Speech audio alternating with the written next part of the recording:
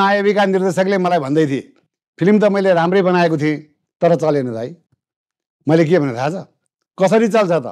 अब मायावी भनेको माया गर्नेहरूको सिनेमा भनेर प्रचार गरेको होइन तपाईँहरूले? माया गर्नेहरू भनेको त पक्कै पनि अहिलेका टिनेजरहरूलाई भनेको होला होइन त? अनि फिल्म सकिन पाएको हुँदैन 81 युद्ध मोर्चामा हमलावरहरूले अट्याक गरे चाहिँ क्यामेरा सोझ्याइदिएपछि त्यो पनि लाइट बाली अनि प्रेमी जोडीहरूको भागभाग हुँदैन? अनि भोलिपल्टदेखि कोही प्रेमी प्रेमिका आउँछन् तपाईँको सिनेमा हेर्न सिनेमा हलमा।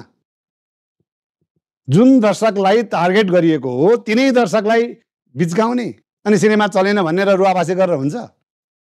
हेर्नुहोस् विश्वमा कुनै पनि सिनेमा हलभित्र गएर यसरी दर्शकको गोपनीयता भङ्ग गर्न पाइँदैन।